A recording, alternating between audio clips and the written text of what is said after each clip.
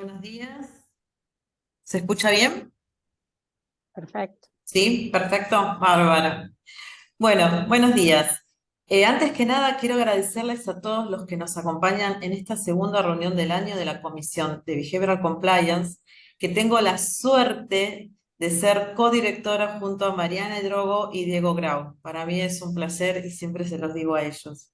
Y también queremos, en nombre de la Comisión, dejar un agradecimiento a la Asociación Argentina de Ética y Compliance, a sus autoridades por ser nuestro soporte y por supuesto a Reina, que siempre nos ayuda con todas las organizaciones y siempre está atrás nuestro. En el día de hoy contamos con la presencia de Sergio Rulicki. Sergio Rulicki es antropólogo, doctor en comunicación social, director de la diplomatura en comunicación no verbal y evaluación de la credibilidad de la Escuela de Posgrado en Comunicación de la Universidad Austral.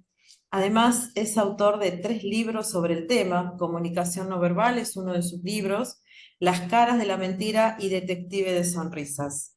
Queremos agradecer tu presencia, Sergio. Sabemos que vamos a tener una reunión muy interesante sobre este tema de valorar la credibilidad, que a los que somos Officer Compliance nos es de suma utilidad en muchos de los aspectos en los que manejamos día a día. Y quiero pedirle a todos los que nos acompañan que dejen sus preguntas en Q&A abajo y nosotros los vamos a leer cuando el doctor Rulicki finalice su exposición. Bienvenido, Sergio. Muchísimas gracias por participar. Hola, buenos días a todos. Gracias a Susana, Mariana y Diego por la invitación. Ya había estado con la asociación en otras oportunidades hace algunos años, así que es un gusto volver. Muchas gracias. Eh, Cuando y quieras. sí, saludo a todos los que están participando, a quienes no puedo ver, solo puedo ver al panel. Y lo que voy a hacer ahora es presentarles, empezar a compartir pantalla y vamos rápido porque tenemos poco tiempo.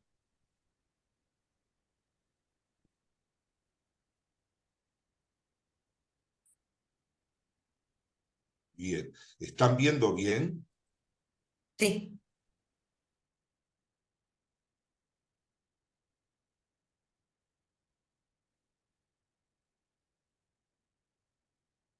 Entonces de la comunicación no verbal, esto es parte del material que utilizo en mi diplomatura y vamos a comenzar diciendo unas pocas palabras acerca de que la autoridad científica sobre la que luego se va a fundar lo que terminaría siendo la ciencia de la evaluación de la credibilidad comienza con Darwin. En 1872 publica La expresión de las emociones en el hombre y los animales, que es el primer tratado científico sobre comunicación no verbal con relación a estados afectivos que compartimos también con otras especies. Para la misma época, Guillaume Duchenne du Boulogne, un anatomista francés y fotógrafo, encontró un método de estimulación indolora de las terminaciones nerviosas de la piel del rostro, a través del cual pudo mapear con mucha exactitud los músculos del rostro, porque hasta ese momento la disección de los cadáveres, que era la forma de estudiar la anatomía, introducía cambios en la anatomía del rostro, en la anatomía natural del rostro, dado que cortaba inserciones claves que solo existen en el rostro, en el sentido de que los músculos del rostro son los únicos de todo el cuerpo que tienen inserciones dérmicas. Y por lo tanto, a través de este método se pudo mapear el rostro en su anatomía de una manera muy precisa. Eso va a dar lugar más adelante, ya estamos en la década del 60, a los estudios del doctor Paul Ekman.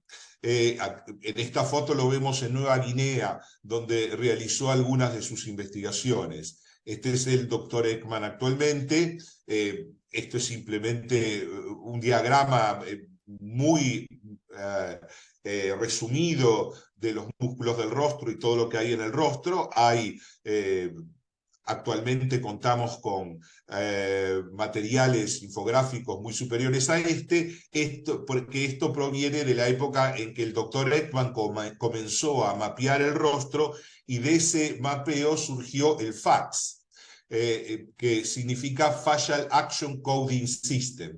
El Facial Action Coding System estableció una manera de codificar los movimientos de los músculos del rostro y sus intensidades, y de esa manera se pudo llegar a lo que el doctor Ekman nos comparte en su libro, compilación final de sus estudios, creo que es del 2003, si no me equivoco, o sea, ya hace 20 años, pero de los estudios que tuvieron lugar desde la década del 60 hasta el 2000, más de casi 50 años de estudio, en realidad, del doctor Ekman, que lo llevó a mejorar ciertos intentos anteriores de codificar los movimientos musculares del rostro y las expresiones faciales de emoción, que, como les decía, se inició con Darwin, el interés por este campo. Hoy se conoce como código FACS. El código FACS es el que se usa actualmente en la industria de la animación para poner las expresiones a los personajes. Fíjense ustedes, ¿pueden ver mi cursor?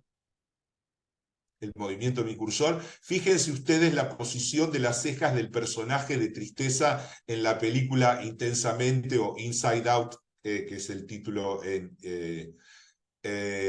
inglés. Observen ustedes también qué es lo que sucede con las cejas del que siente temor, o cómo se forma esta B en lugar de las cejas, esta B corta, en la ira. Bueno, por supuesto que la elevación de las comisuras como parte de la expresión de la sonrisa es algo bien conocido por todos. Sin embargo, lo que el doctor Ekman nos cuenta en su libro Cómo detectar mentiras es que existen por lo menos 40 tipos de sonrisas diferentes. Para mi tesis doctoral yo mapeé 20 tipos de sonrisas diferentes. Bien. Ese fue mi trabajo de investigación doctoral. Este es un libro clásico, tiene algunos aspectos que han quedado desactualizados respecto del estado del conocimiento en evaluación de la credibilidad. No se habla de detectar mentiras, sino de evaluar la credibilidad de alguien en primer lugar, aunque el proceso de detectar mentiras para evaluar la credibilidad o detectar indicios de mentiras, posibilidades de mentiras, tanto a través de la comunicación no verbal como a través de la lingüística forense, son parte del proceso de evaluación de la credibilidad, naturalmente. El doctor Ekman fue la autoridad científica detrás de la serie Lie to Me, del autor que inspiró a los creadores de la famosa serie televisiva Lie to Me. De esta serie tuve el gusto de ser el endorser científico para su lanzamiento regional para Fox Latin American Channels. Bien, acá lo vemos al doctor Ekman con Tim Roth, el protagonista de la serie, y ya podemos saber un montón de cosas acerca de cómo fue la relación entre ellos. ¿Qué dirían ustedes? ¿Fue buena o mala? Déjenlo en los comentarios si quieren. Después ahora, nos tomamos un minuto para observar ambos rostros y anotar nuestras impresiones. ¿Cómo creen que fue la relación entre ellos? En función de lo que pueden observar a partir de las expresiones. Hagan ese ejercicio de reflexión intuitiva, rápidamente. Observen la mirada, observen las manos que se abrazan por donde pasan. ¿Qué está sucediendo con Tim Roth? Le está pasando la mano por el hombro, por encima del hombro. Ekman, su brazo, está por debajo del de Tim Roth. ¿Será eso algo significativo? ¿La relación fue de colaboración o competencia? Bien. ¿Qué pasa con el doctor Ekman? ¿Qué pasa con su sonrisa? ¿Es una sonrisa de alegría o por lo menos de bienestar? ¿O hay algo en esa sonrisa que me permita sospechar de la existencia de una emoción subyacente que el doctor Ekman, siendo el experto que es, pudo habérsele filtrado o quizás estaba dando un mensaje. Bien. Después les cuento al final cómo termina esta historia, ¿les parece? Sigamos ahora. El doctor Ekman nos propone un axioma de la evaluación de la credibilidad a través de la comunicación no verbal, la búsqueda de indicios no verbales. Ahí está, ahí lo puedo leer bien. Dice, no existe ningún signo de engaño en sí mismo, ningún gesto, expresión facial o movimiento muscular que en sí y por sí mismo signifique que una persona está mintiendo. Y esto es lo principal que hay que tener en cuenta cuando uno utiliza la comunicación no verbal para la evaluación de la credibilidad. Es fundamental. Lo que se buscan no son gestos individuales, sino patrones. Vamos a explicar un poco más esto si tenemos el tiempo suficiente, pero lo más importante es saber que nadie puede decir que alguien mintió porque hizo un determinado gesto. A lo que yo agregaría que, a pesar de eso, hay dentro de la disciplina de la comunicación no verbal y su relación con las ciencias forenses, cierto grupo de señales específicas que son indicadores muy robustos de la posibilidad de que esté ocurriendo, de que estemos frente a un intento de engaño. Bien. Pero este principio hay que tenerlo muy en cuenta. Uno no puede juzgar de manera lineal un gesto miente. Eso no se hace.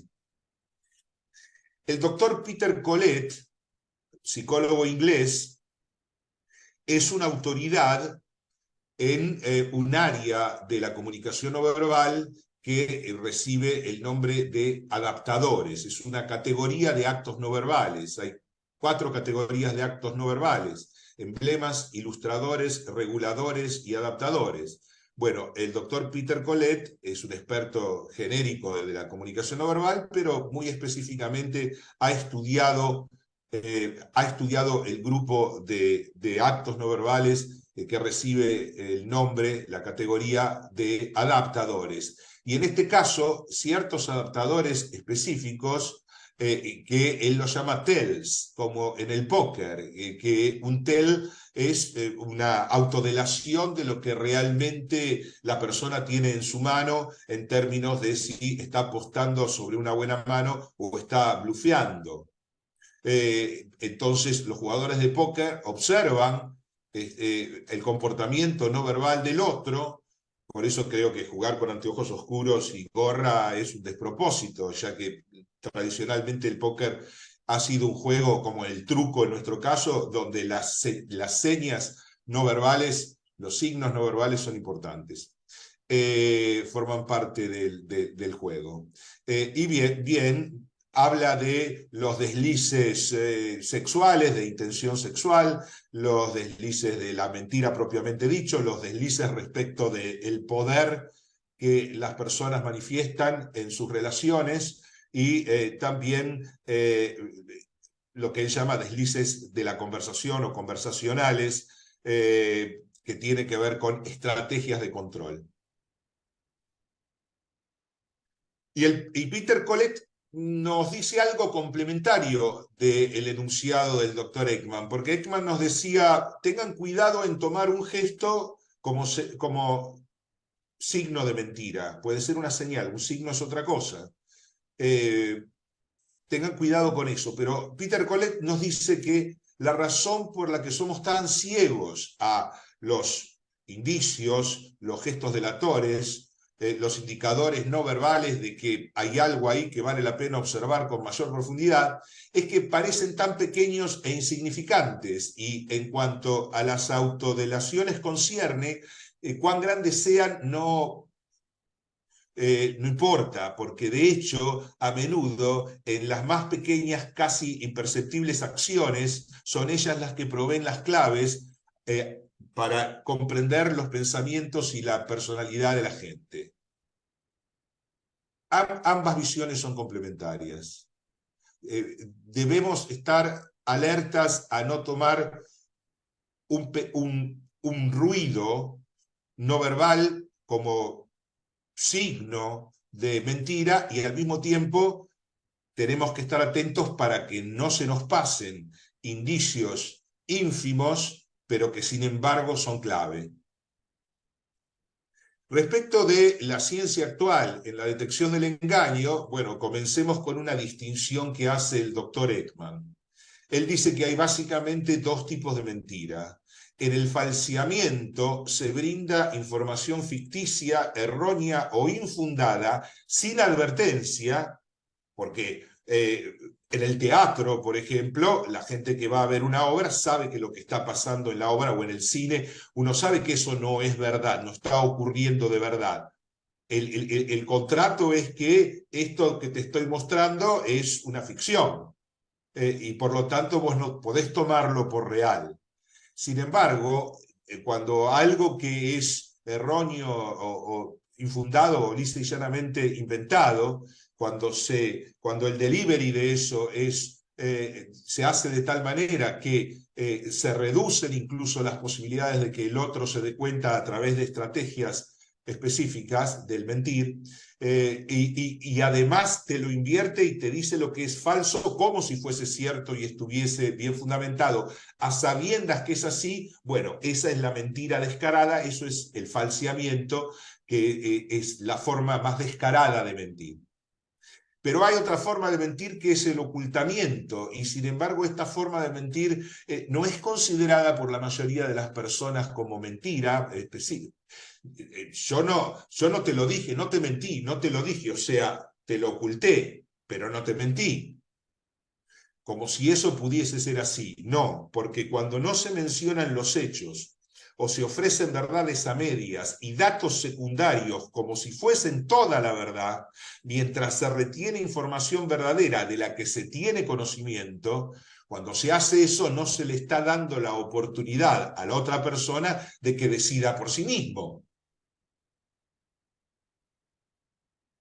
Y por lo tanto es mentir en su forma de manipulación. No es que el ocultamiento es menos mentira.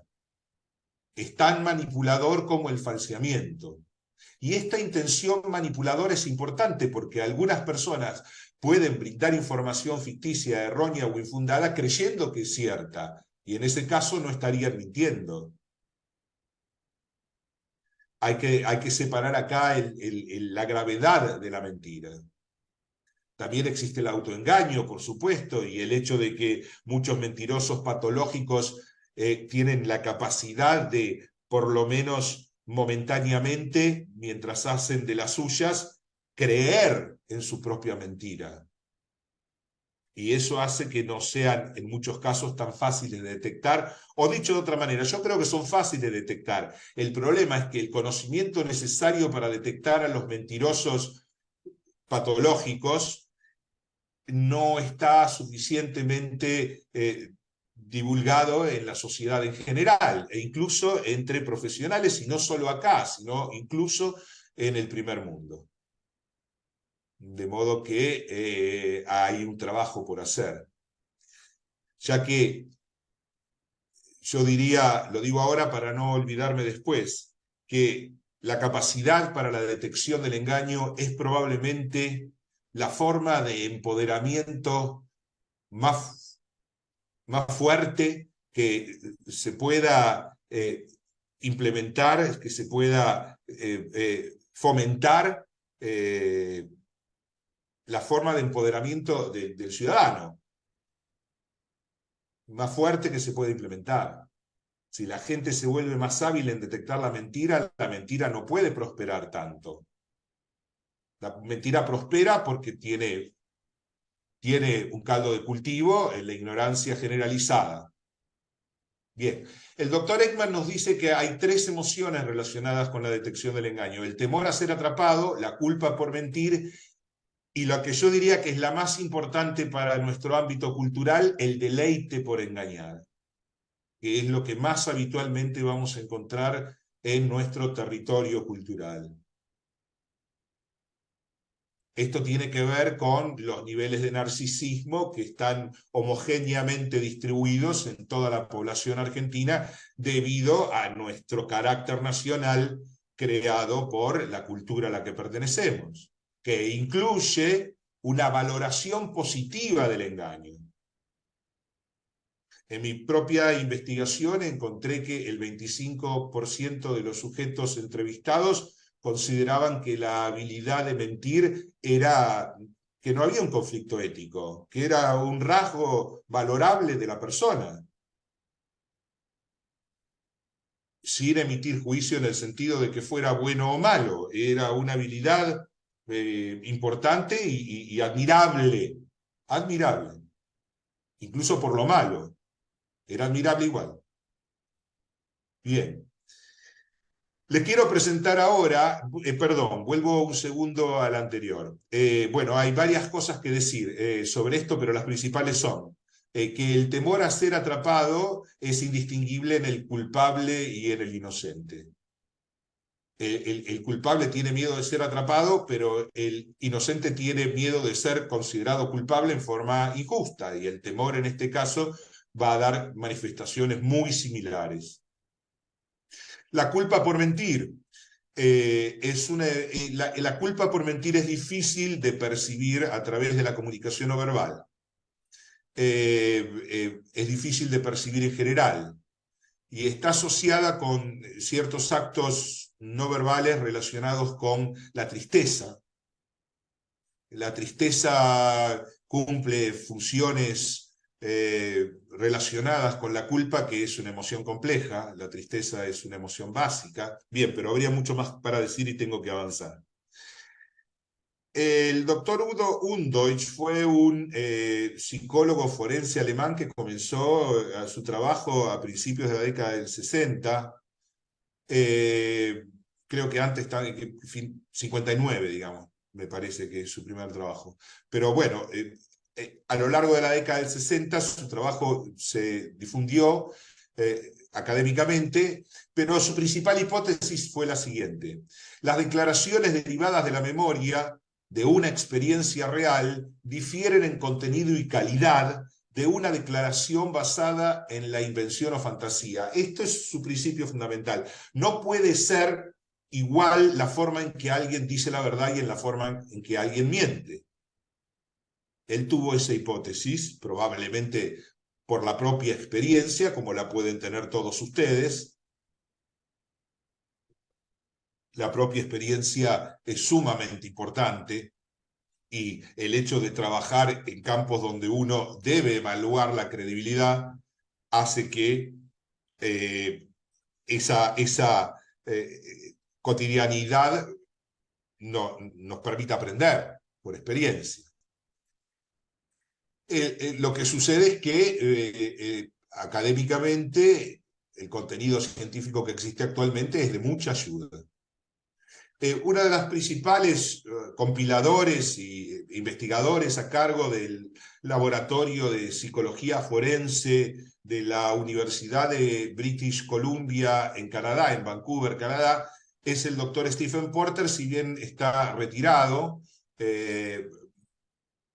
por problemas forenses, curiosamente. Qué sé yo. Tuvo un problema y tuvo que renunciar. Tuvo una denuncia y tuvo que renunciar. Pero eso no quita que haya sido alguien que ha trabajado muchísimo en este campo, en la evaluación de la credibilidad, y que a él le debamos una gran cantidad de compilaciones de trabajos hechos por otros, bueno, a él, a su laboratorio. Pero dejémoslo porque es un caso complicado. Este es uno de sus trabajos, La verdad acerca de las mentiras, que funciona en la detección del engaño de alta apuesta. O sea, en el engaño, hay que distinguir entre engaños menores que no causan tanta perturbación en la persona, de engaños mayores donde el castigo, si se es descubierto, puede ser muy grande y por lo tanto hay mayores posibilidades de que esa dimensión produzca en los individuos mayor leakage, como diría Ekman, mayor filtración de indicios de engaño. Aunque esto no es necesariamente así en los psicópatas, excepto bueno, estoy repitiendo algo en lo que empecé a dejar de creer, por eso mi ambigüedad recién. Porque de hecho yo estoy investigando bueno, y mi equipo, la expresividad facial de los psicópatas. Y no es tan difícil. No es tan difícil. Es simplemente que no se ha estudiado. Cuando uno revisa, ya ni siquiera en castellano, obviamente, sino en inglés, la bibliografía que existe sobre comunicación no verbal y psicopatía, no hay. Es decir, hay, pero desde el punto de vista de la percepción del psicópata hacia sus víctimas, no desde la perspectiva de cualquier persona respecto de un psicópata. Eso no hay. Bueno, mi trabajo en ese sentido es pionero y va a ser publicado en enero en una revista científica especializada. Va a ser el primer trabajo sobre el tema, con lo cual me pone muy contento. Bien, este es un trabajo importante. Yo tengo una traducción, es del 2010, o sea, ya pasaron más de 10 años, más de una década, y hay muchas cosas nuevas, pero hasta 2010 este es el principal compendio. Lo que sucedió desde el 2010 en adelante está codificado, pero todavía está en formación. Todavía es una década en la que ha habido cosas nuevas que han aparecido y eso todavía está empezando a ser reformulado por lo que en la academia se llama el metaanálisis, es decir, hay suficiente cantidad de información acerca de un tema específico y alguien produce una síntesis de eso. Y a partir de ahí trabajamos sobre esa síntesis. Bien. Este es el doctor Alder Free, otro psicólogo forense, en este caso holandés, pero que trabaja en Reino Unido, es la persona más importante del campo en Europa. Trabaja en la Universidad de Portsmouth, en Reino Unido. Es muy importante. Cuando digo importante es porque esta gente, Porter respecto de las organizaciones de seguridad de su país, aduanas, policía, etcétera, y Free respecto de las mismas organizaciones europeas de seguridad, es una de las principales autoridades consultadas para el entrenamiento de policías de homicidios, por ejemplo, o para investigación de delitos de todo tipo, lavado de dinero, etcétera, fraudes, etcétera. Bien, una de sus obras principales, tiene muchas, pero este de nuevo es un compendio equivalente al trabajo metaanalítico que les mostré antes de Stephen Porter y Ten Brinke, que es quien quedó a cargo del laboratorio, es su segunda, si lo quieren investigar, Lynn Ten Brinke, ella quedó a cargo ahora de este laboratorio. Bien. Alder Free es muy importante, sobre todo estas personas son importantes por todo el trabajo de recolección de investigaciones, por haberse vuelto los hubs, los receptores de todo eso y los procesadores de todo lo que se investiga en muchísimas partes. Bien, Albert Free nos dice, si las diferencias conductuales entre verdades y mentiras son pequeñas, esta es una conclusión y es por eso que actualmente la comunicación no verbal ha caído en términos de la consideración de la ciencia de la detección del engaño respecto de la esperanza que se tuvo, por ejemplo, cuando salió la serie Lie to Me, respecto de que iba a ser posible detectar la mentira a través de los gestos ahora, con los avances que había habido hasta ese momento. Pero las nuevas investigaciones empezaron a mostrar que las verdaderas diferencias conductuales entre aquellos que mienten y dicen la verdad, en muchos casos son muy pequeñas. Y por lo tanto, hay que hacer que esas diferencias se incrementen para que se hagan claramente visibles. Y acá entran a jugar las estrategias de interrogatorio. No es lo mismo alguien que sabe interrogar, sabe entrevistar, sabe interrogar, que alguien que no conoce la metodología. Pero uno lo ve incluso en el periodismo. No se hacen dos preguntas al mismo tiempo, se hace una a la vez. Porque cuando se hacen dos preguntas al mismo tiempo, se le da al respondente la posibilidad de que elija y que la alargue y que después ya no puedas volver atrás a preguntar porque te olvidaste. Le da la posibilidad que sus estrategias de desvío de la atención tengan mayores posibilidades de éxito. Por lo tanto, no se hacen dos preguntas al mismo tiempo, se hace una sola. Por ejemplo, pero después hay muchas otras estrategias, por ejemplo, las desarrolladas para acompañar los estudios poligráficos, que en nuestro país no se pueden hacer. Quizás cambie la legislación. Algunas empresas mandan a gente afuera a hacerse los estudios poligráficos, como las empresas de aviación, por ejemplo. Bien, sigamos. Ya no se debe esperar a que el emisor muestre espontáneamente los indicios de mentira, ni que el observador espere pasivamente a que se presenten estas señales, sino adoptando un papel activo que provoque que las señales conductuales de la mentira se manifiesten, por ejemplo, a través de técnicas adecuadas de interrogatorio. Stan Walters es un criminólogo norteamericano de Texas, que es muy interesante porque también es un compilador y además es una persona de campo, es un detective de homicidios, es un criminólogo, que no es un psicólogo forense, es alguien con mucho contacto cara a cara con criminales. Y él tiene un trabajo importante que es el Principles of Kinesic Interview and Interrogation. Kinesic es no verbal. Los principios de la entrevista y el interrogatorio no verbal, que los combina con las estrategias verbales, y esto es lo que hay que saber, y por eso vamos a entrar en la lingüística forense. Pero antes de entrar en la lingüística forense, permítame chequear la hora, 9:38, no estamos tan mal, aunque sí, estamos mal, en realidad queda muy poco tiempo para el video. Pero bueno, estos son algunos ejemplos de interrogados, y este, por ejemplo, es un buen ejemplo porque es de resignación o de comportamiento de sumisión de un sujeto. Nótese que la cabeza se inclina hacia adelante, baja la cabeza y también se lleva, los hombros aparecen redondeados, pero sobre todo se lleva la mano al puente de la nariz. Y este es un acto no verbal que uno encuentra cuando la gente se siente atrapada. Y es parte de una estrategia de ocultamiento del rostro, o sea, de bloqueo visual respecto del entorno como una forma de protección psicológica.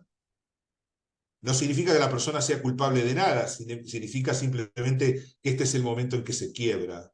Y es el momento que los interrogadores utilizan para darle una salida.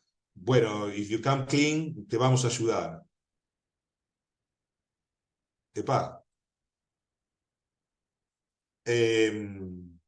Bueno, este es otro acto muy curioso, y es que la persona se empieza a arrancar pelotitas de tejido de la ropa, de las medias en este caso, pero puede ser, o se sacude como si hubiera una suciedad, y en general eso es imaginario, no hay ninguna suciedad, o sea, no hay nada, y la persona puede repetir el gesto como si se estuviera sacando algo. Bueno, evidentemente es un gesto de rechazo, de querer sacarse algo de encima que molesta. Bien. Jugar con el anillo es otro acto al que hay que estar, al que hay que estar atento, dado que es un gesto de incremento del estrés. Sería un adaptador, un comportamiento adaptador. Implica que es el momento en que se dispara su estrés. Hay que correlacionarlo con el tema de que se está conversando en ese momento. Morderse los labios, controlling speech, es un acto adaptador autosilenciador. Bien. Mirarse las uñas es una forma de huida cognitiva de la situación. Pero bueno, la huida cognitiva significa que la persona es culpable de algo, no, significa que no quiere estar ahí. ¿Por qué no quiere estar ahí? Bueno, por distintos motivos, uno de los cuales podría ser que estuviera ocultando algo. Bien, Mark McLeish, finalmente, entrando en el campo de la lingüística forense, es uno de sus fundadores en términos de recopilación, también un hombre de campo, un marshal norteamericano, o sea, un policía de condado, que luego llegó, por su interés en la pedagogía, al cargo de director académico de la escuela de sheriffs, de marshals, o sea, de policías locales, de la policía local de los distintos condados de los estados norteamericanos, la policía local.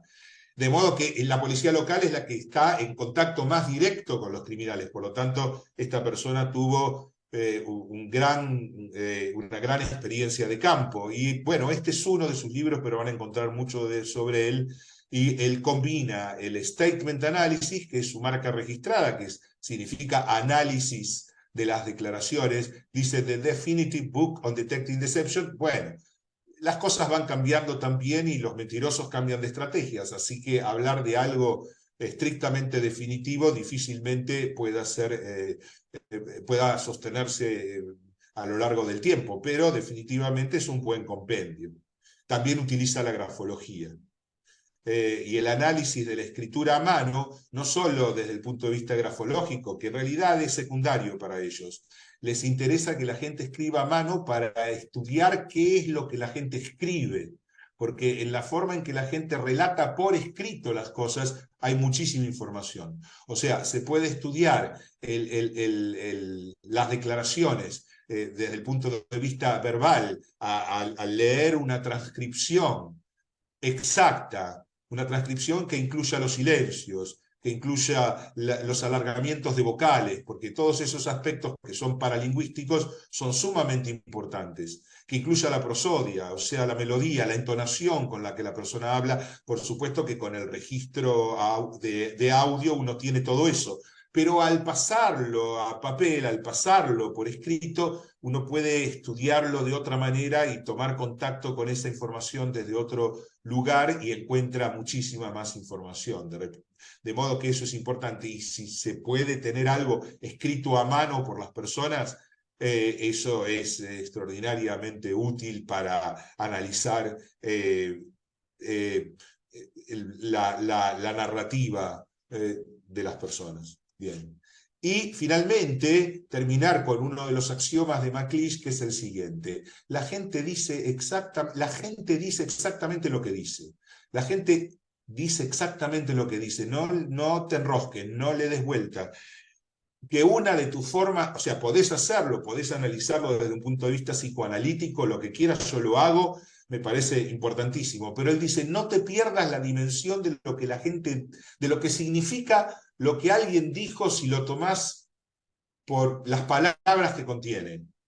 Por ejemplo, alguien me propuso hacer un periteje no verbal. ¿Qué opinan ustedes de ese furcio?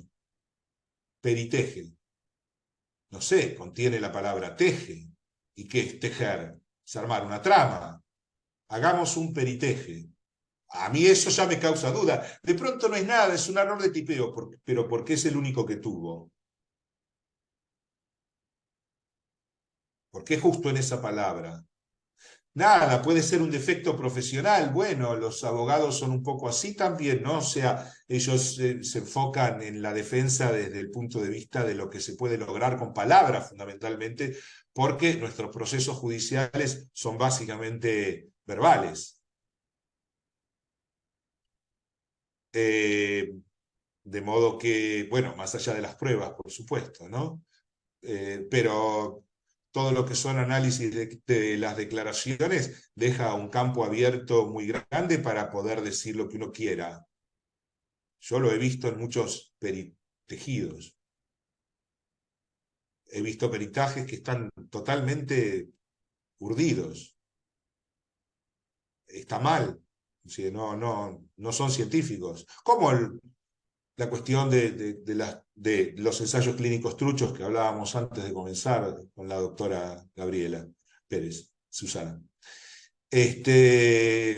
No sabía si debía decir esto o no, por eso me confundí cuando dije tu nombre, ¿se entiende? Bueno, es un ejemplo en vivo.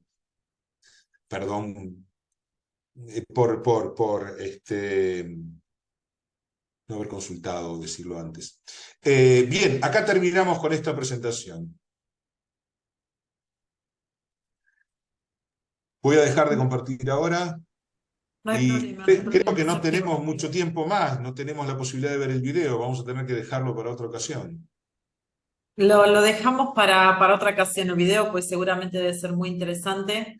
Y es un Y caso, nos quedamos con las ganas de verlo. les cuento simplemente, es un caso de lavado de dinero y de autoría intelectual del asesinato de una periodista, en función de lo cual el primer ministro de Malta, Joseph Muscat, tuvo que renunciar, después volvió al poder, no nos extrañemos, pero en su momento tuvo que renunciar, casi nada. Lavado de dinero, le decían el carterista de Europa en los círculos financieros, el carterista, por los montos que manejaba seguramente. Lo agarraron vendiendo pasaportes en Dubái, pasaportes de la Unión Europea como Estado asociado, por 650.000 euros cada uno. Es una maravilla. El famoso caso de las Golden Visas, sí. Sí. Impresionante ese caso. Qué Y bueno. da bueno, me alegro que se conozca, y da una entrevista a un periodista de la BBC de mucha experiencia, y es hermoso el interrogatorio que le hace y cómo lo lleva a que cada vez uno pueda, analizando luego el video, descubrir todos los indicios que contiene. Y esto es importante, esto se llama retroingeniería del engaño. Cuando uno toma un caso cuyo resultado es conocido y empieza a estudiar el comportamiento de las personas que participaron en él.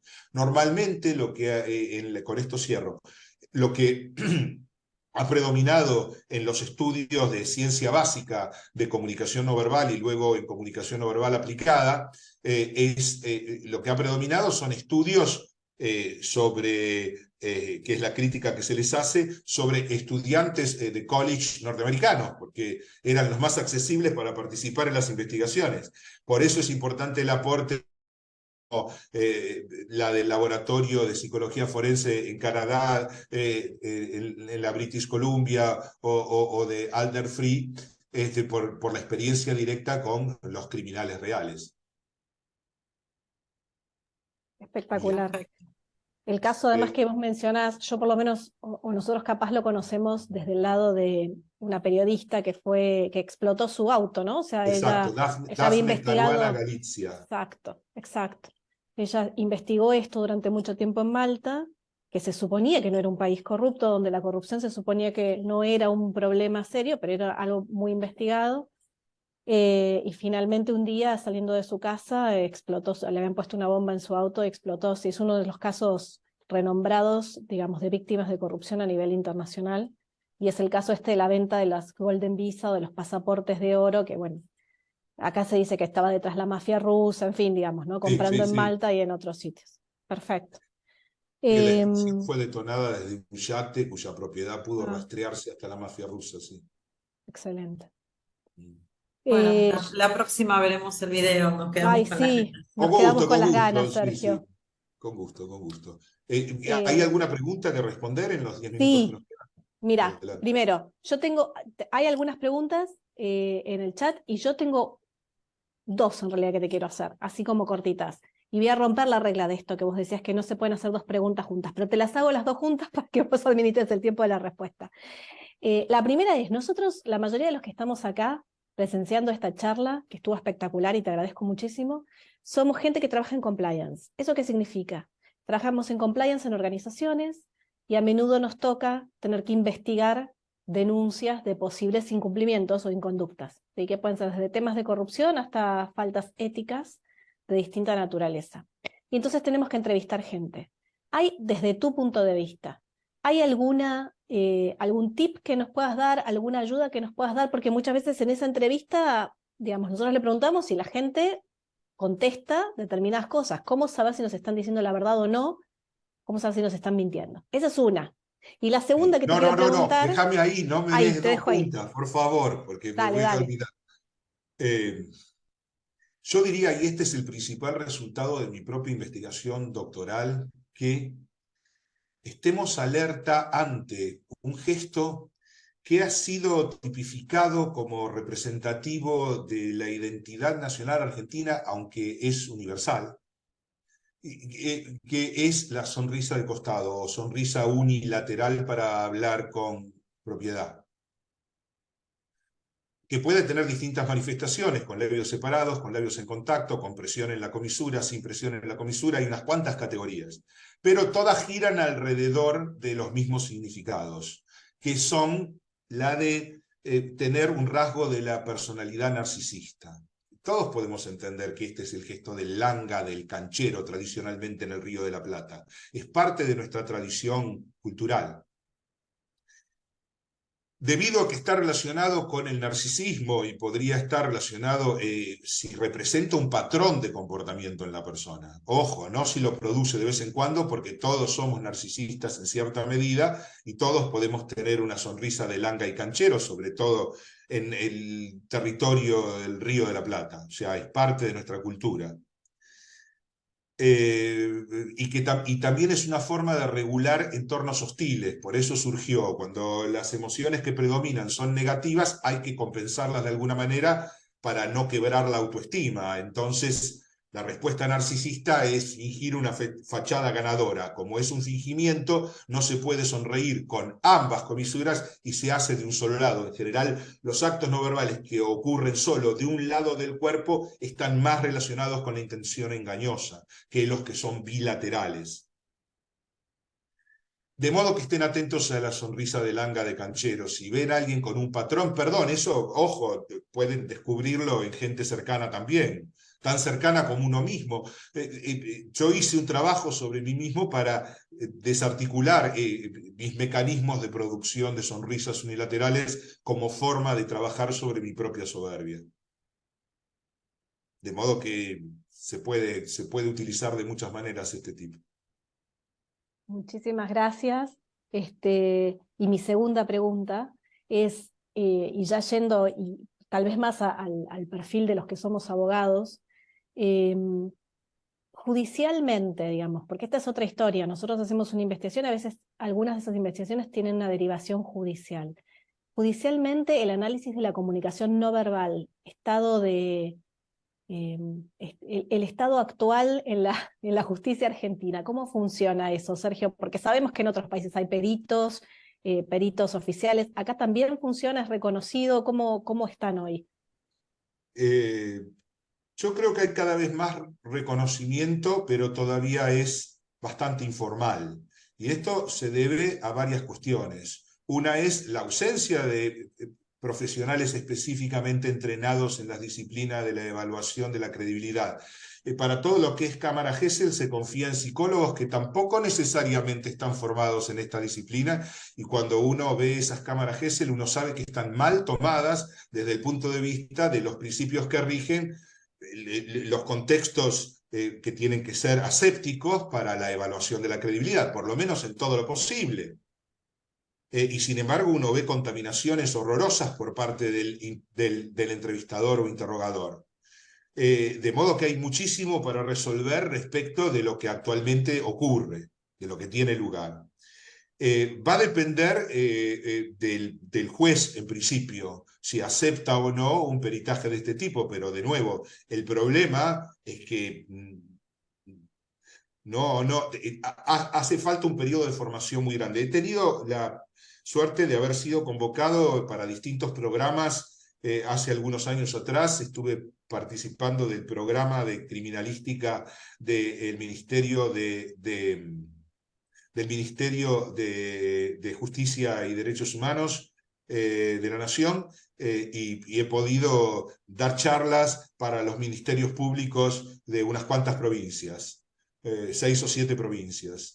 Y también he estado ligado a un curso que se dictó desde la Asociación de Fiscales y Funcionarios Públicos del Poder Judicial, del doctor Rívolo, Bueno, y otras actividades, como incluso la asociación de ustedes, en algún congreso, en el Sheraton, recuerdo, hace algunos años, y otras actividades. Así que hay todavía un trabajo muy grande de formación. Por mi parte, estamos en las etapas finales de inscripción de nuestra propia asociación civil, que es el Centro de Estudios en Evaluación de la Credibilidad, y pensamos hacer este trabajo para alcanzar estándares que existen en otros países. Excelente, Sergio, Sergio, muchísimas gracias. Y perdón, Diego, te paso a vos la palabra. una pregunta, Sergio, también atribuyéndome un poco el derecho de poder estar en pantalla, que tiene que ver con el carisma, especialmente el carisma del liderazgo de gente que está en organizaciones con las cuales nosotros como compliance officers trabajamos permanentemente, y cómo es algo entrenable o es algo que es particularmente específico de cada persona, y en lo que es la dirigencia política también. Es algo, por un lado, natural, por otro lado, es algo que se entrena, y es algo que es cambiante en distintos momentos. Actualmente estamos viviendo a un fenómeno internacional de que ciertos perfiles que son carismáticos cuando hasta hace pocos años no había ninguna posibilidad de que lo fueran. Perfiles del tipo Trump, Bolsonaro, o Milei, o Meloni, o el primer ministro de Hungría, u otros. Habitualmente relacionados desde la politología, yo no estoy totalmente de acuerdo con eso, con el populismo de derecha.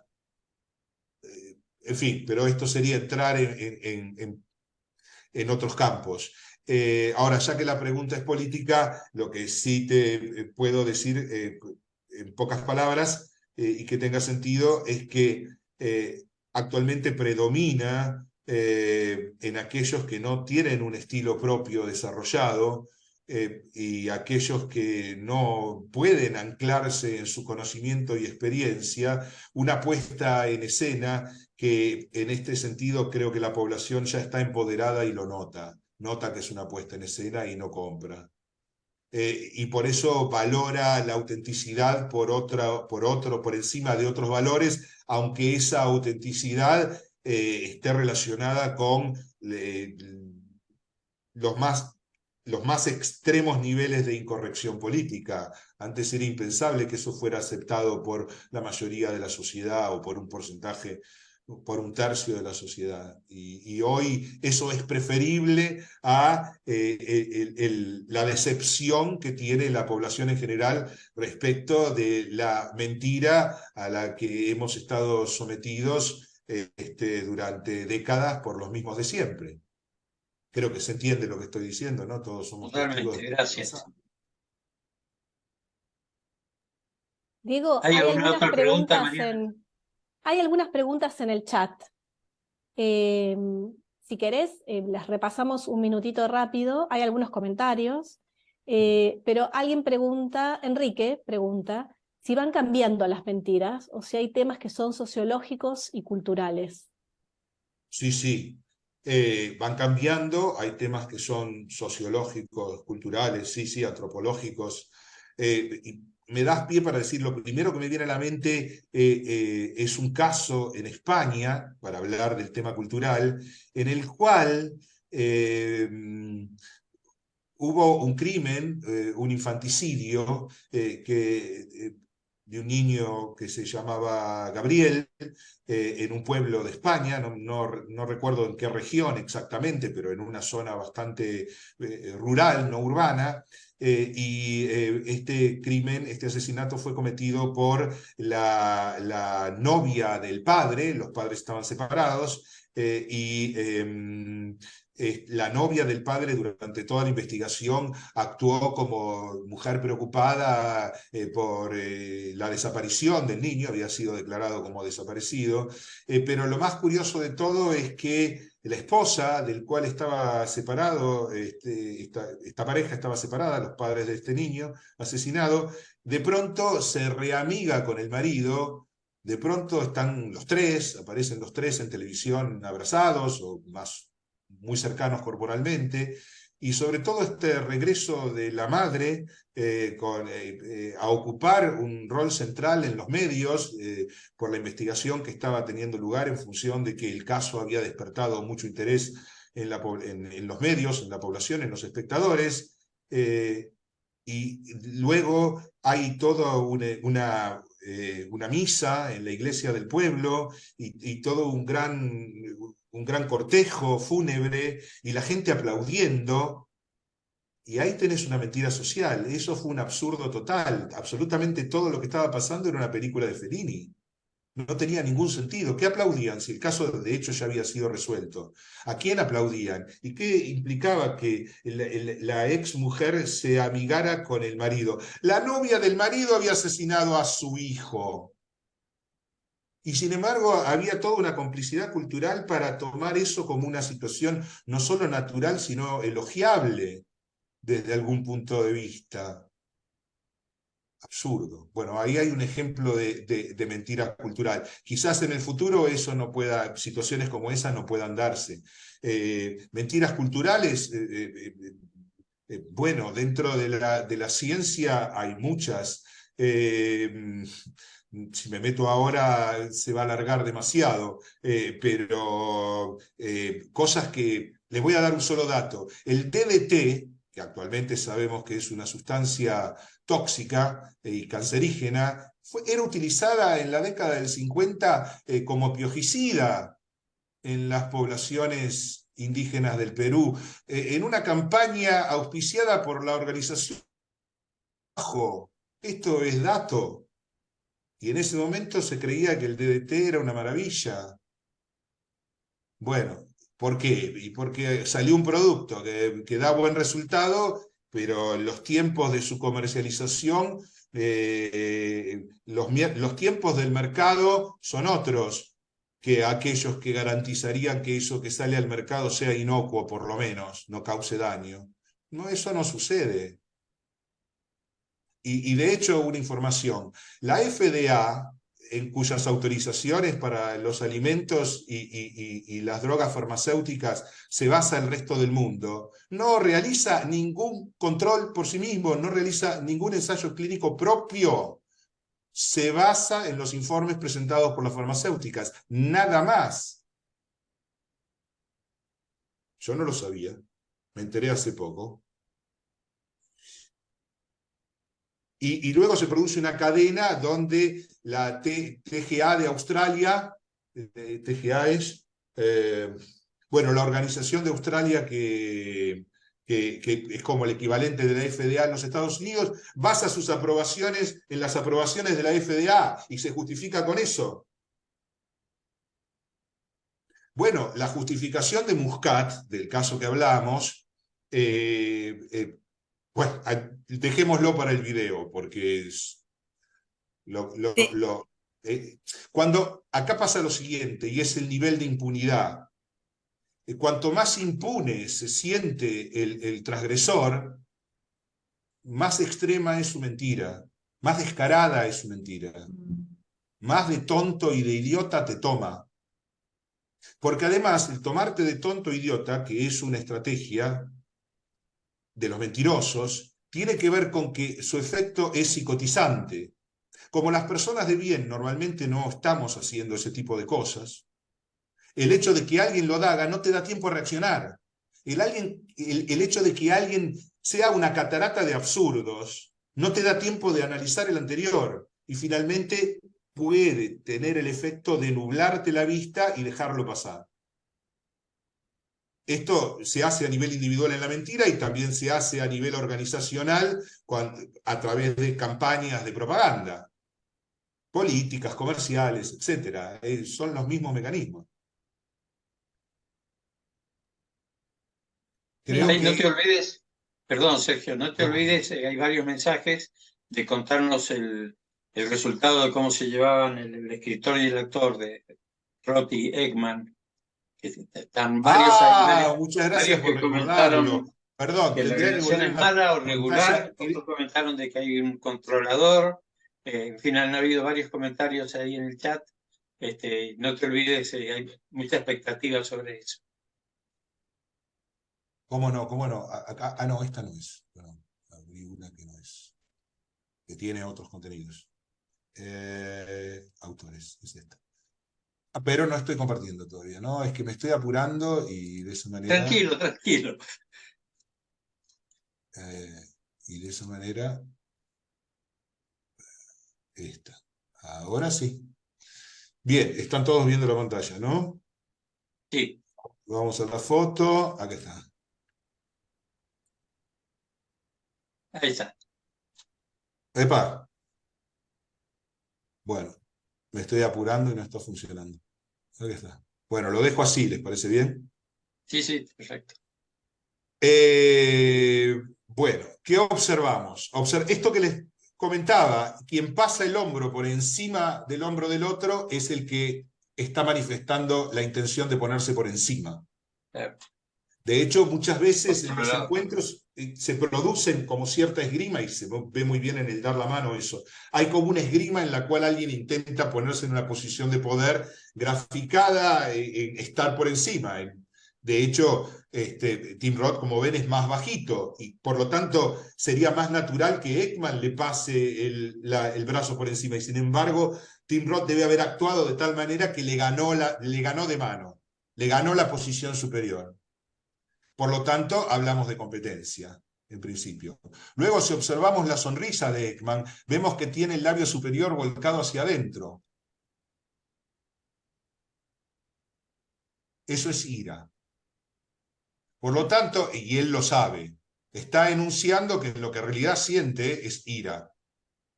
Está sonriendo para la foto, pero para cualquiera que pueda entender, sabe que este movimiento del labio superior es que las cosas no están bien. Básicamente eso. Excelente. Bueno, hay algunos que preguntan si después vamos a poder compartir la presentación tuya, Sergio. No, no, es una política mía de no compartir mis presentaciones. Ok. Entiendo que el video lo van a poder ver. Exactamente, eso sí, y lo En aclaramos en parte, el chat. por dos razones. Una, por cuestión de que es mi material de trabajo, son mis herramientas, y otro porque pedagógicamente creo que para realmente aprender acerca de este campo hay que hacer el tipo de trabajo que yo hice, cada uno lo tiene que hacer por sí mismo. Tiene que investigar, tiene que recopilar, tiene que hacer todo eso. ¿No?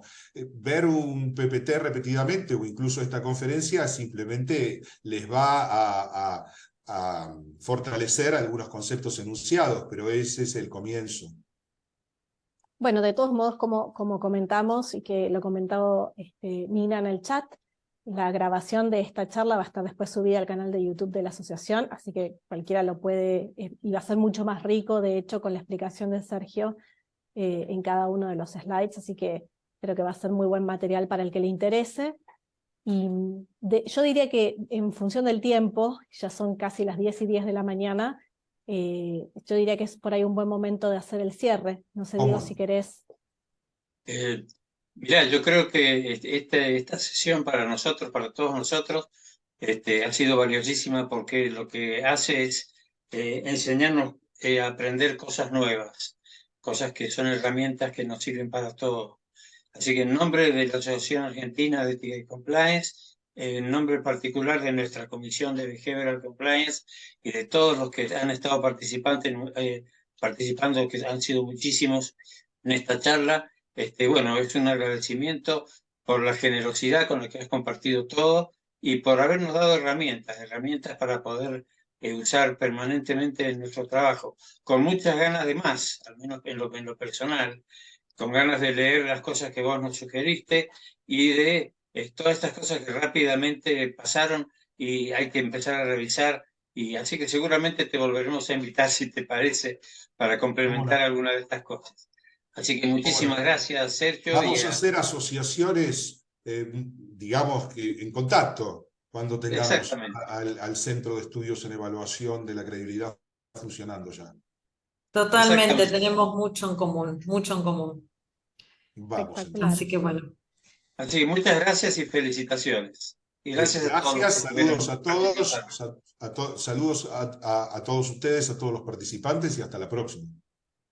Hasta Nos la veremos próxima. pronto. Muchísimas gracias. Chau, Hasta chau. Allá. Bueno.